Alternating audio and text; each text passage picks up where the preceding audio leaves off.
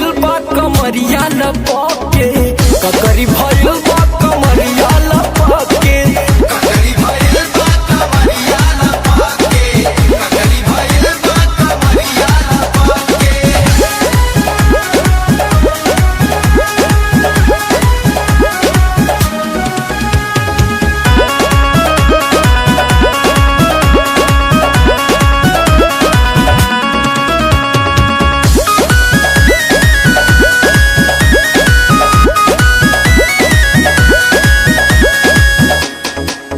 साड़ी गर्मी से भीजल बा, देह देवरू हो की जलबा,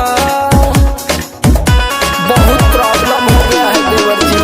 साड़ी गर्मी से भीजल बा, देह देवरू हो की जलबा, और काट ले बड़े गलिया दोनों हवा के, ककरी भइल बा कमरिया लपके।